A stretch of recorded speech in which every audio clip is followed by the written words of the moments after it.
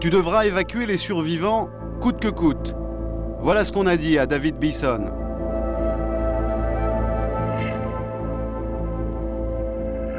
Dix jours après le cyclone Katrina, la moitié de la Nouvelle-Orléans est toujours sous l'eau. Un décor de fin du monde. Les autorités veulent évacuer de force si nécessaire les 10 000 irréductibles qui n'ont toujours pas voulu partir.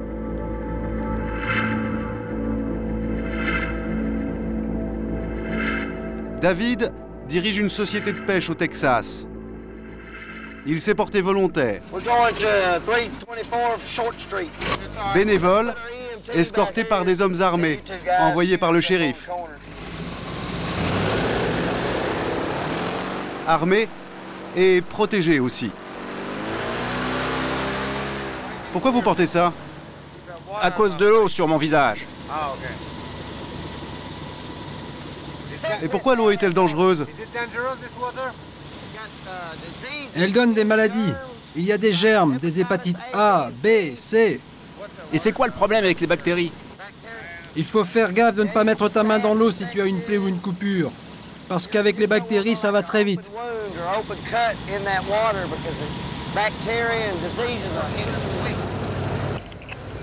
Première maison habitée de la matinée. David lance des vivres, mais il passe son chemin. Pourquoi vous ne les évacuez pas? Ils ne veulent pas partir. Et pourquoi ils ne veulent pas partir? Pourquoi vous ne voulez pas partir? Parce qu'on ne sait pas où aller, on n'a nulle part où aller.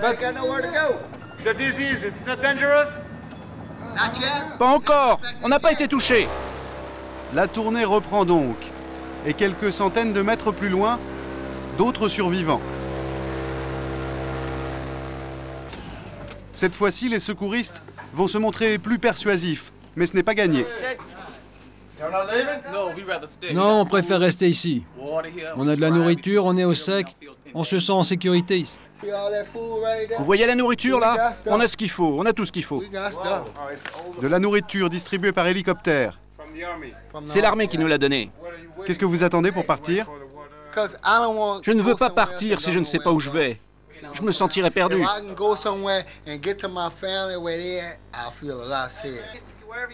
Et vous voudriez aller où? Vous n'allez pas nous convaincre comme ça. Dites-moi où vous voulez aller et je vous emmène. Je veux aller dans ma ville natale, à Donaldsonville, près de Bâton Rouge. Je connais des gens là-bas. C'est bon, je vous emmène. Pour eux, c'est gagné. Et pour la première fois depuis 10 jours, de l'eau minérale. Enfin, de l'eau fraîche.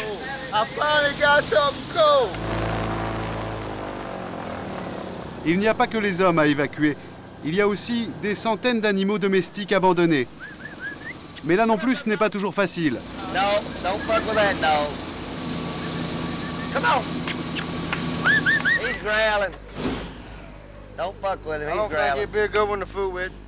Vous ne le prenez pas?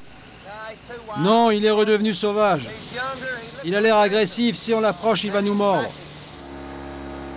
Et puis, il y a les autres. Ceux pour qui on ne peut plus rien.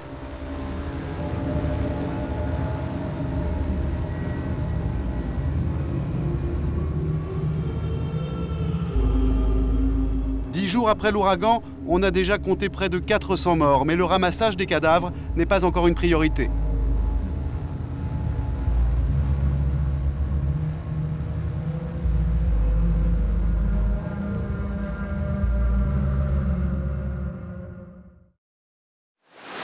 Tout a commencé le 30 août.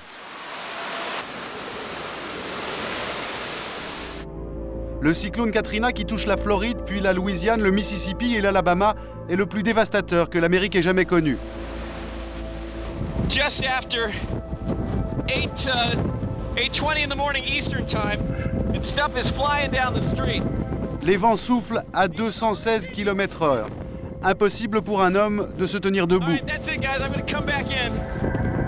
We got debris goes flying. We're going to let it go. All right. Reporting from the hurricane in New Orleans. Come on, let's go for cover. Les eaux montent en quelques minutes détruisant tout sur leur passage.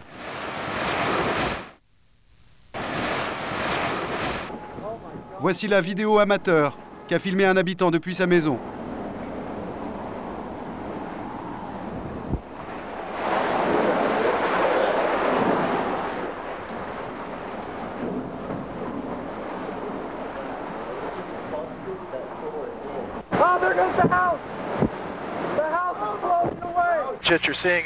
Le lendemain, on découvre des villes entières rayées de la carte, des maisons réduites à l'état de petits bois. Ce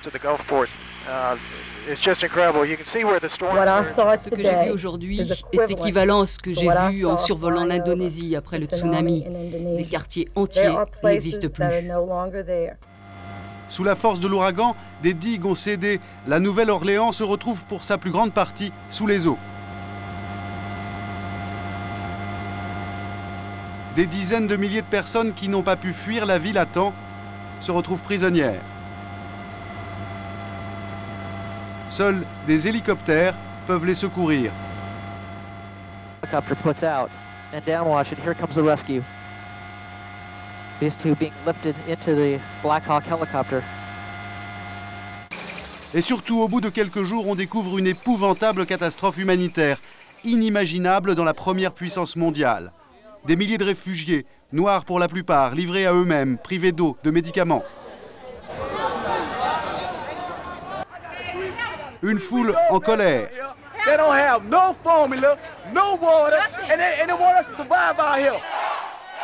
Une foule américaine qui appelle à l'aide. Les autorités dépassées décident de faire appel à l'aide humanitaire internationale.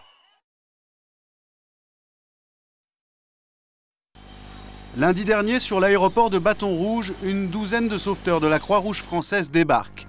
La France qui vient secourir l'Amérique, tout un symbole. Mais ils se demandent comment ils vont être reçus. Là, on va au centre d'accueil, un lieu où on va partager avec 400 personnes, visiblement. 400 personnes? Ouais. Qui viennent d'où?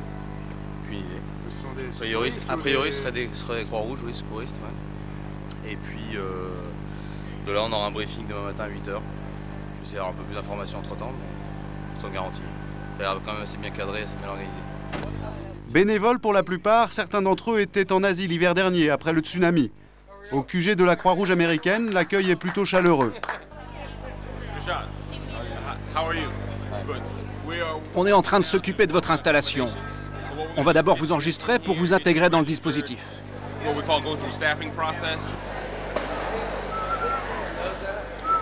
Le briefing va avoir lieu là dans 10 minutes, donc on prend les petites chaises, on se met en ligne. Voilà. Avant de partir en mission, les volontaires doivent écouter des recommandations qui font un peu froid dans le dos. Il y a 4 reptiles venimeux aux États-Unis. J'ai dit des reptiles, des alligators, des serpents.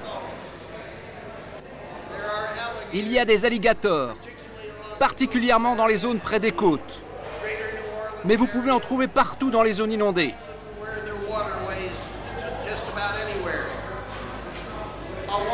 Et c'est la même chose pour les serpents. Ils se sont tous déplacés. Ils sont comme les humains que nous secourons.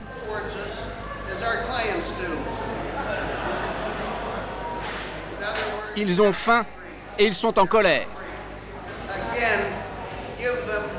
Espérons que tout se passe bien.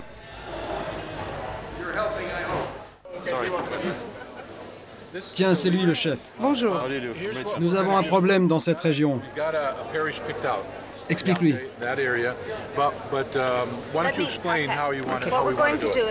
On va vous envoyer à Covington, à cette adresse. Il y a des besoins urgents dans cette région et pour le moment, on n'a pas le contrôle sanitaire dans cette zone-là. En plus, c'est une zone surpeuplée. C'est un coin vraiment critique. Donc là, on va être vraiment, je pense, parmi les premiers en plus. Et là, il semblerait que ce soit vraiment le hotspot. Slidell, là, ils semblent débordés et je pense qu'il y a beaucoup de boulot. Direction Covington, donc. Dans l'entrepôt de la Croix-Rouge, la nourriture et les produits de première nécessité qui doivent être distribués aux sinistrés. Richard est venu pour de l'action. il va avoir une mauvaise surprise.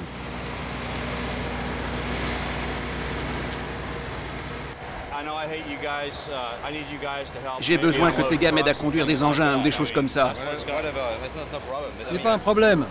On est prêt à faire tout ce que vous voulez pour vous aider. Mais tous mes gars ont une bonne formation, tu sais. Ouais, je sais, les miens aussi. Petite déception dans le camp français, Richard et ses troupes sont utilisés comme de simples manutentionnaires.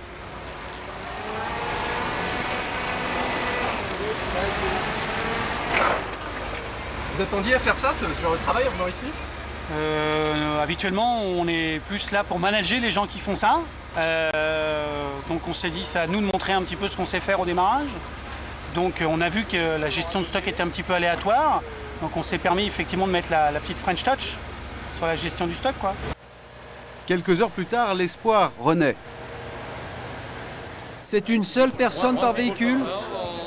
J'ai 4 véhicules et j'ai besoin de 4 personnes, une par véhicule. Alice, une des volontaires françaises, embarque dans un des véhicules. Elle ne se doute pas encore de ce qu'elle va découvrir. Je pense qu'on va bouger pas mal. Et en fait, tout simplement, ça va être de la distribution. Alors d'après ce que j'ai compris, c'est point par point. Donc c'est vraiment les gens qui nous voient arriver, qui nous arrêtent et qui vont donc demander de l'eau, de la nourriture.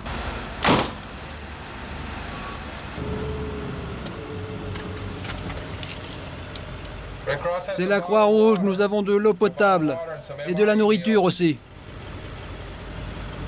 Covington, c'est l'Amérique de la détresse. Une banlieue pauvre de la Nouvelle-Orléans, encore plus misérable depuis le passage du cyclone. Chacun son tour. Tu veux celle-là, mon trésor? Merci, monsieur. Vous voulez des repas? 3 paquets, s'il vous plaît.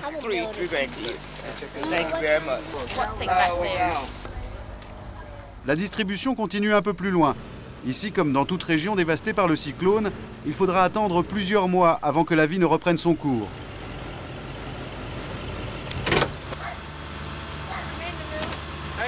Salut ma biche, comment tu vas? J'ai tout perdu. Je vais pleurer. J'ai tout perdu dans l'ouragan. Je viens juste de faire désinfecter ma maison. Je veux la rendre à nouveau habitable pour mes enfants. J'ai sorti tous les vêtements pour les faire sécher et tout ce qu'on va devoir jeter. J'ai emménagé ici le 18 décembre et quand l'ouragan a frappé, on est parti et on a vécu dans la voiture.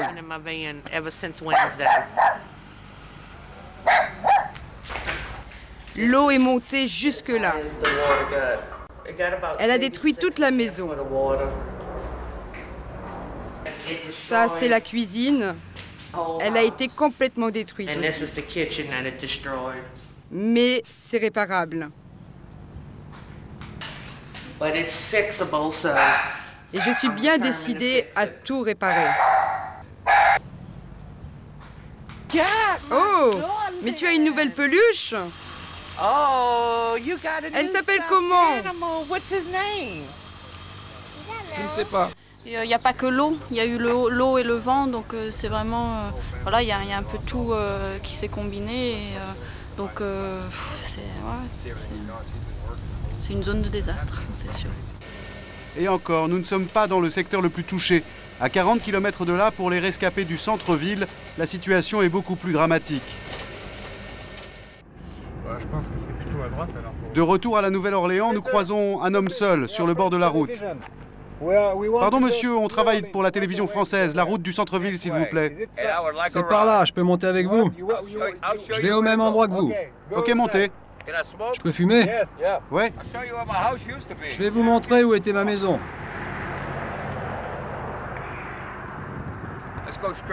Tu prends tout droit et ensuite ce sera à droite.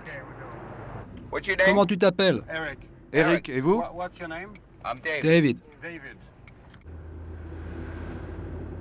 Qu'est-ce qui vous est arrivé? J'ai perdu 2 frères et une sœur. Vraiment? Moi j'étais parti chez ma copine. Vous savez pas où ils sont? Ils se sont noyés. Vraiment? Vous êtes sûr? Tiens, là, tu tournes à droite. Pas ici, hein, la suivante. Et comment savez-vous qu'ils sont morts? J'ai appelé le QG des secours. Ils étaient sur la liste des morts. Ça s'est passé pendant que j'allais chercher ma copine chez elle.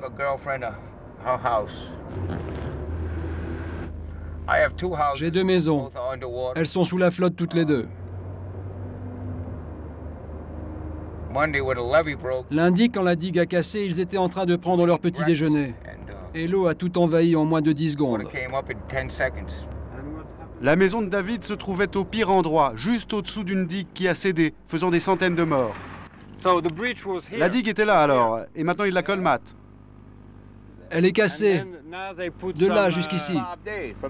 Ah, ok. And now they put some.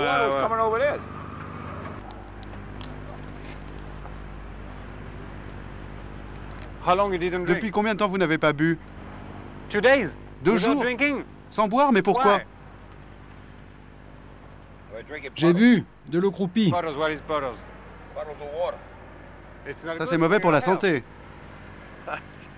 Je suis vivant, non? David va maintenant nous montrer la maison de son ami. Et là, nous allons être surpris de découvrir que ce coin d'Amérique est livré à la loi de la jungle.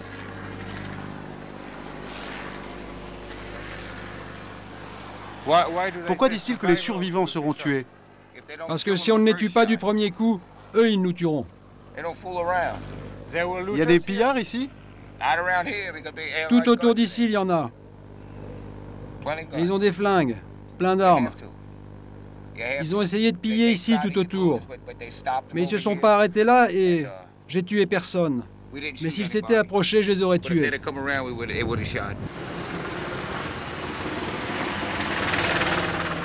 J'en ai marre de parler.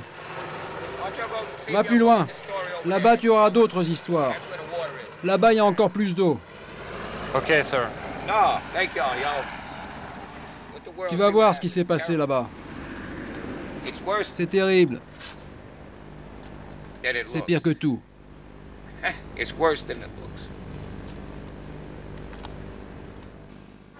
Plus loin, c'est à une démonstration de force que nous assistons. La ville est quadrillée par 15 000 soldats. Vous avez déjà fait la guerre à l'étranger? Oui, en Afghanistan et en Irak. Quand? Après l'attentat sur le World Trade Center, je suis parti avec la première unité, Bravo 11. Leur mission, secourir la population, mais aussi faire régner l'ordre. La plupart des habitants ont fui la ville, laissant leurs maisons inhabitées, une proie très tentante pour les pillards.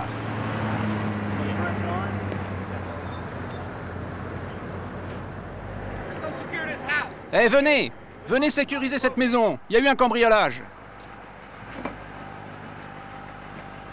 Une maison bourgeoise dont la porte a été fracturée. Les soldats inspectent, l'arme au poing, on ne sait jamais.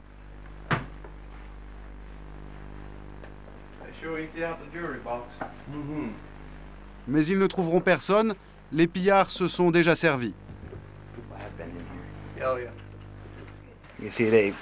Vous voyez, ils ont pillé le coffre à bijoux. Là, sous le miroir. Ils cherchaient des objets de valeur. Il y a beaucoup de maisons comme ça à piller dans le coin?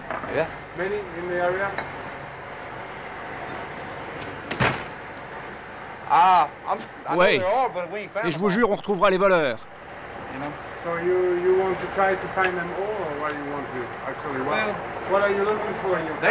Bien sûr, ils ne sont pas ici. Là, on s'assure juste que personne n'est mort dans la maison.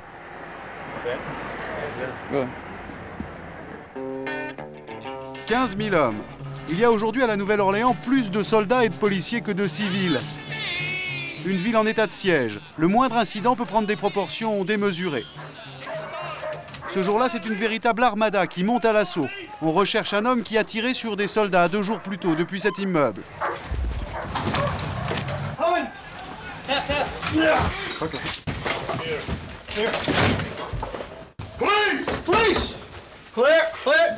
SRT coming out! Couverts par des blindés et des mitrailleuses, une bonne vingtaine d'hommes ont fait le déplacement. Mais c'était beaucoup de bruit pour rien. Négatif, il n'y avait rien. On a fait jusqu'au premier étage, mais il n'y avait rien. Retour au bercail. Mais l'insécurité ici n'est pas un vain mot. On se souvient de ces images qui avaient choqué le monde entier au lendemain de l'ouragan. Des citoyens ordinaires de la Nouvelle-Orléans qui pillent les supermarchés. Avec la bénédiction des forces de l'ordre. Ils se servaient en nourriture, en biens de première nécessité, et les policiers eux-mêmes remplissaient leurs caddies, nullement gênés par la présence de caméras. Qui vous a autorisé à vous servir? La police. Mais aujourd'hui, la police tempère cette vision un brin angélique des pillages.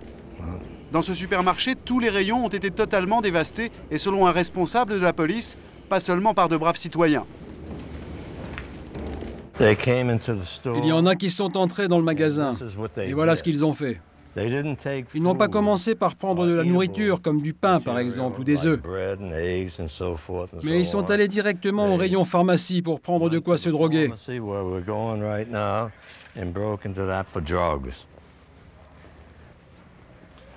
Voilà, ils ont pillé la pharmacie. C'était pour leur usage personnel, ou pour le revendre. Il y a beaucoup de drogués dans cette ville? Ah oui, quelques-uns, oui. Le rayon armurerie a lui aussi été dévalisé.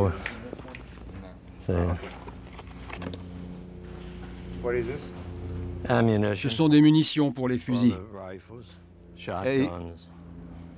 Et ils ne les ont pas pris? Non, c'est les fusils qu'ils voulaient. Chaque jour, soldats et policiers ramènent leur contingent de pillards interpellés. La prison est en zone sinistrée, alors on en a aménagé une provisoire dans cette gare ferroviaire. On a déjà arrêté 220 personnes qui commettaient des délits, qui pillaient, qui se droguaient. Alors il fallait bien leur trouver une prison, parce qu'on ne pourra pas reconstruire cette ville tant qu'on n'aura pas de sécurité et que les criminels seront dans la rue.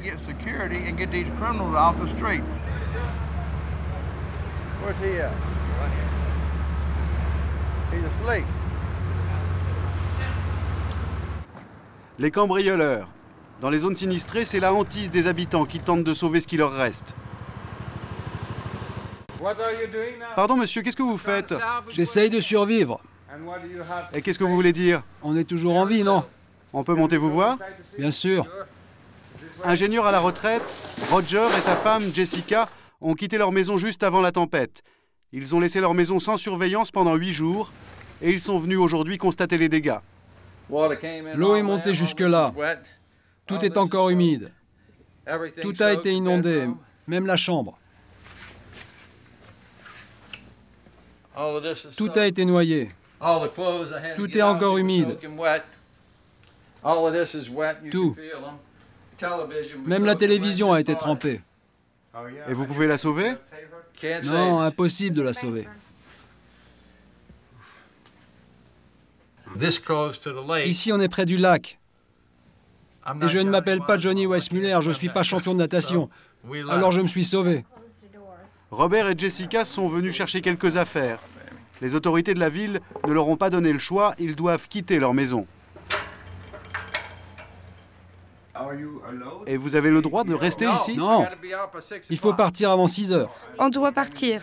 Il est déjà 5h25, alors il faut qu'on se dépêche. Et vous voulez rester? Je sais pas, il faut peut-être qu'on s'en aille nous aussi. Ah oui, parce qu'il y a le couvre-feu. Qu'est-ce que vous entendez par couvre-feu? Ça veut dire que s'il t'attrape dans la rue, tu vas en prison. Ah, il ne nous tire pas dessus? Ah si. Tu dois quitter la ville à 6 heures, c'est tout. Ils donnent 2 jours aux gens pour venir chercher leurs affaires. C'est terrible la façon dont ils nous obligent à partir. C'est honteux. Et vous, madame, vous ne reviendrez jamais ici, chez vous? Elle perd toute sa vie. Elle perd tous les souvenirs qu'elle ne pourra jamais remplacer.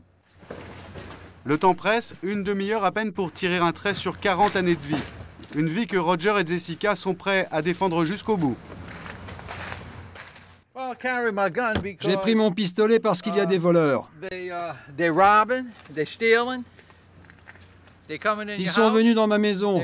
Ils ont violé des femmes dans le quartier. Je ne me déplace plus dans la ville sans mon pistolet. Ils protègent ma femme.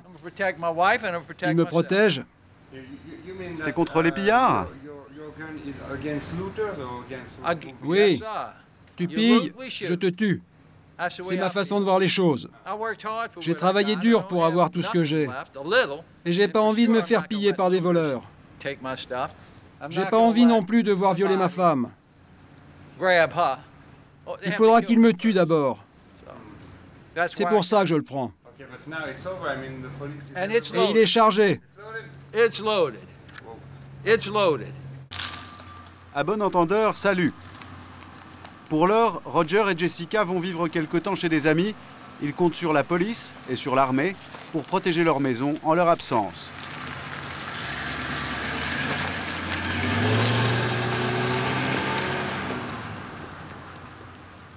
Le plus dangereux, c'est la nuit.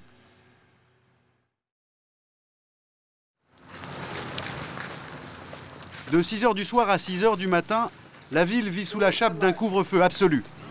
Interdiction de circuler. Tout véhicule est immédiatement arrêté par l'armée.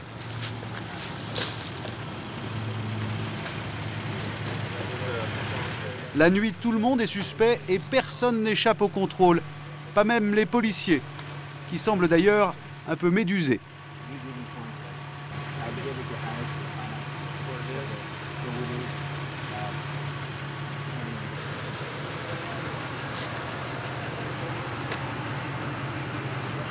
Et la plaque de police ne suffit pas, il faut aussi montrer ses papiers. Il y a des cartes de police qui ont été volées. Et on veut être sûr que ceux que l'on croise, ce sont bien des vrais policiers. Ceux-là sont en règle, ils peuvent continuer leur chemin jusqu'au prochain barrage. Un peu plus loin, de la lumière et une alarme qui retentit dans une villa. C'est par ici, on va les vérifier. Jette un coup d'œil. Peut-être des cambrioleurs en action. Les militaires ont reçu l'ordre de tirer en cas de pillage ou d'agression.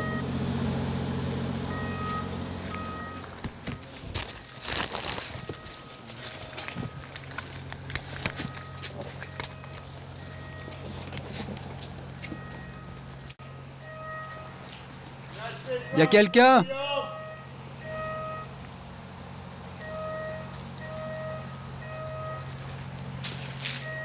On va aller sonner à la porte. Armée américaine, il y a quelqu'un? Armée américaine, il y a quelqu'un dans la maison? United States Army, is anyone home? I know, we saw that. La maison ne semble pas abandonnée, mais à l'intérieur, aucun signe de vie. J'ai l'impression qu'il n'y a personne. On se tire. Vous êtes sûr qu'il n'y a pas de voleurs à l'intérieur? Non, on n'est pas sûr. Il y a une alarme, mais ça ne veut pas dire non plus qu'il y a des voleurs. La maison a l'air en sécurité.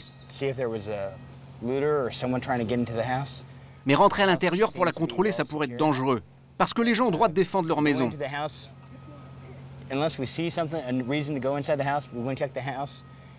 y a des gens, des hommes et des femmes à l'intérieur qui pourraient être choqués de nous voir.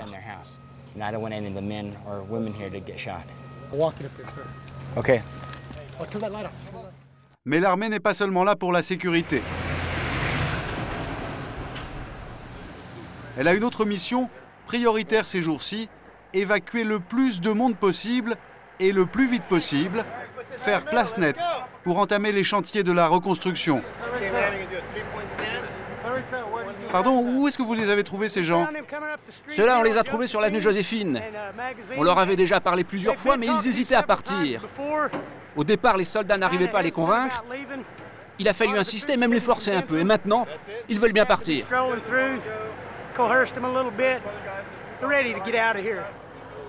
Ils partent, oui, mais à contre-cœur.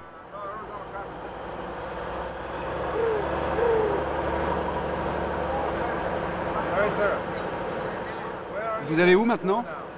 Au Texas. Pourquoi si loin?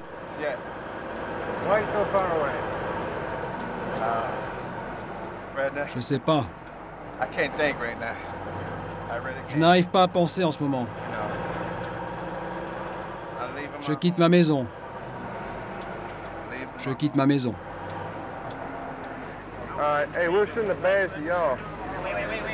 Sous une chaleur accablante, il fait 35 degrés. Tout le monde doit embarquer, les jeunes comme les vieux.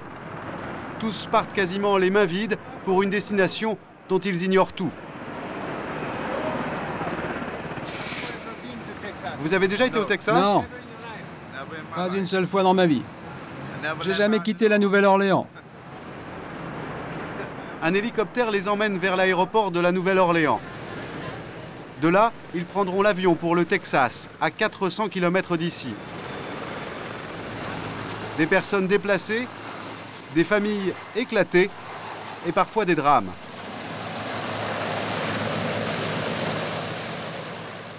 Sur la route de l'aéroport, deux sœurs, Tracy et Hilary. Elles sont à la recherche de leur mère qui souffre de la maladie d'Alzheimer et qui a été évacuée en leur absence. Vous allez où? À la Nouvelle-Orléans. On va chercher notre mère. Elle nous a appelés il y a 3 heures. Elle nous a dit qu'elle était à l'aéroport de la Nouvelle-Orléans. On n'avait pas eu de nouvelles d'elle depuis le jour de l'ouragan. On a contacté tous les gens qu'on a pu. Les gardes-côtes, l'armée, la Croix-Rouge, la police de l'État, les pompiers, CNN. À chaque fois que je vais dans une boutique et que je vois quelqu'un en uniforme, je lui donne le nom de ma mère et son adresse et mon numéro de téléphone pour qu'il me contacte. Ma sœur aînée à Atlanta fait des recherches, elle aussi. Jusqu'à présent, ma sœur n'a eu aucune nouvelle de personne. C'est toujours pareil. Personne ne peut rien nous dire. Ça devient vraiment fatigant à la fin. Mais on continue quand même. On essaye d'obtenir des informations. Cette fois-ci, tout semble se dénouer. Leur mère les a appelés, elle est à l'aéroport. C'est du moins ce que croient les deux sœurs. Car arrivés sur place, les choses se compliquent. Dans l'aéroport, personne ne sait exactement où se trouve leur mère. Vous n'êtes pas les seuls à nous demander ça, vous savez. Elles ne savent pas à quel interlocuteur se vouer. Personne ne peut leur dire si leur mère est encore ici ou si elle est partie pour une autre ville. Si elle est arrivée à midi, moi je pense qu'elle est déjà repartie. Et personne ne pourra vous dire où elle est. Laissez-moi vous dire juste une chose. Où que votre mère se trouve, elle est entre de bonnes mains. La Croix-Rouge a de bons abris, elle connaît son nom. Et dès qu'on saura exactement où elle est, on vous proposera une solution pour la retrouver très vite.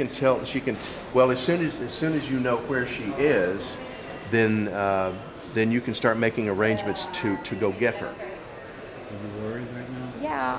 Apparemment, ils disent qu'elle est vivante. C'est bien, je veux qu'elle soit avec moi. Et finalement, c'est un coup de fil de parents qui leur apprend la bonne nouvelle. Elle vient de les appeler pour leur dire qu'elle est à Tucson, en Arizona, et qu'elle veut rentrer à la maison. Elle va bien, elle n'a pas besoin de soins médicaux. Elle est simplement inquiète à cause de son chat, qu'elle n'a pas pu emmener. Allez, on rentre à la maison.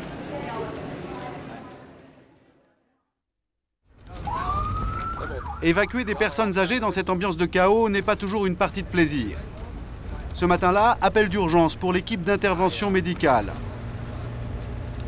L'ambulancier, Ryan, a 29 ans. Il y a quelqu'un qui a de fortes fièvres, c'est tout ce qu'on sait. Une vieille dame qui vit seule. Ce n'est pas elle qui a appelé, mais des voisins. Et elle n'est pas du genre commode. Bonjour, c'est le SAMU. On nous dit que vous êtes malade. Non, je ne suis pas malade. Et vous m'importunez. Et si vous revenez, je vais vous tuer.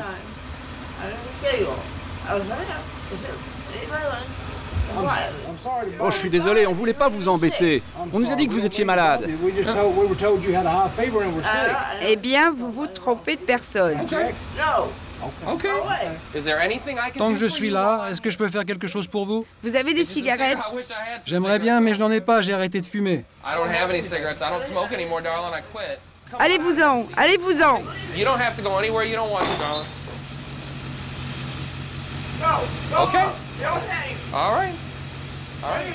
D'accord. Je suis désolé. Je suis désolé.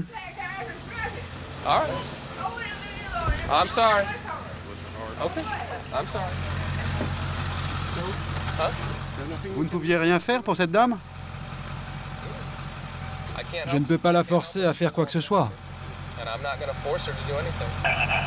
Mais Ryan reçoit un appel du QG sanitaire et la consigne est stricte. Il faut évacuer les malades et les personnes âgées, de gré ou de force. Et pour l'aider, on lui envoie même la police.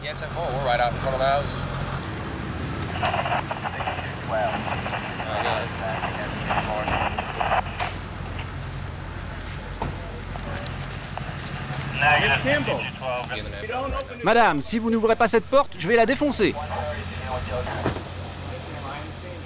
Au bout d'un moment, la grand-mère se radoucit. Le policier réussit à parlementer avec elle. Elle finit par accepter de partir.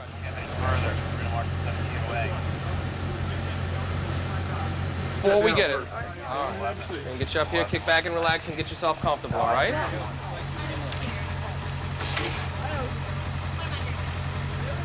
All right, Miss Sally, let's get you set up. Pendant ce temps-là, un policier va marquer la maison.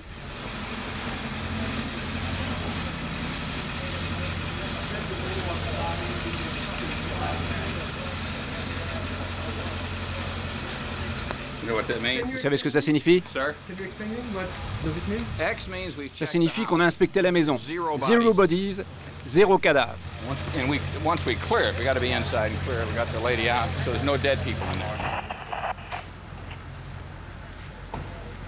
Il n'y aura bientôt plus dans la Nouvelle-Orléans que des secouristes, des soldats et des corps à récupérer.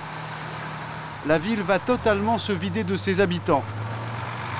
Le temps d'assécher, de décontaminer, de rétablir route, eau et électricité, cela pourrait prendre 6 mois.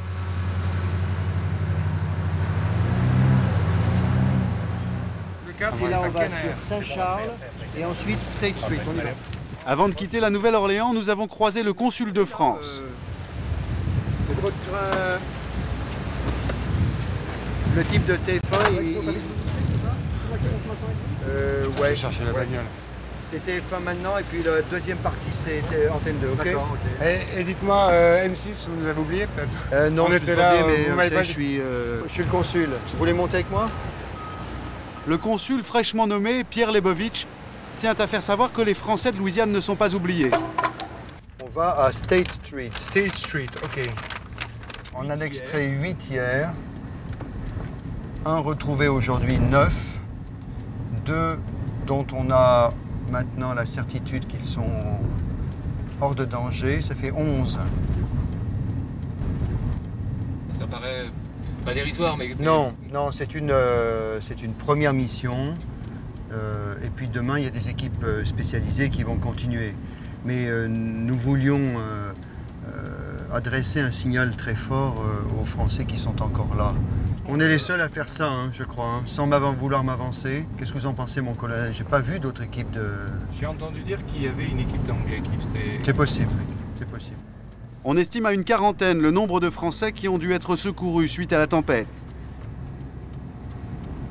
Aujourd'hui, pour ne rien vous cacher, mon chauffeur, je l'ai autorisé à se rendre sur place pour voir sa maison. Il faut aussi penser à la situation personnelle, donc c'est le consul qui conduit. C'est comme ça. Là, le consul qui conduit va visiter l'un de nos compatriotes.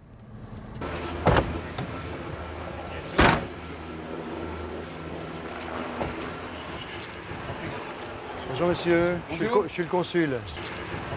Bien. Vous restez dehors s'il vous plaît. Merci. Bon.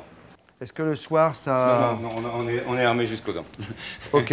Donc, moi, je pense que si vous en êtes d'accord, on vous laisse 24 heures. Vous n'êtes pas en danger. Vous êtes physiquement en état. Mais vous souhaitez partir parce que... voir ma maman qui s'appelle. Voilà. On vient le chercher demain? Ah, madame, vous pouvez nous répondre? Je ne sais pas si je vais revenir, moi. Parce que je suis vraiment... je faiblis, hein. Parce qu'il faut que je fasse une pause. Moi, je vais... Normalement, aujourd'hui, j'aurais dû avoir un chauffeur. OK. Je vais vous donner ce que nous a donné la Croix-Rouge. C'est un pianiste français qui travaille pour une grande vedette américaine et qui est dans une situation très difficile. Donc, on sait où il est maintenant, il ne bouge pas. Et demain, on envoie une équipe, il se prépare tranquillement et on va le prendre en charge. Il m'a donné ça, c'est la Croix-Rouge. Ça vous intéresse, les mecs, là c'est une merde infâme, mais peut-être que ça va. Vous voulez quelqu'un d'autre qui montre, hein? France 2 maintenant. C'est bon pour vous? Ça va, M6? Vous avez eu des choses? Pour l'instant, officiellement, aucun Français disparu. Mais les Américains, eux, ne sont pas sortis d'affaire. Le bilan actuellement de près de 400 morts continue chaque jour de s'alourdir. That water is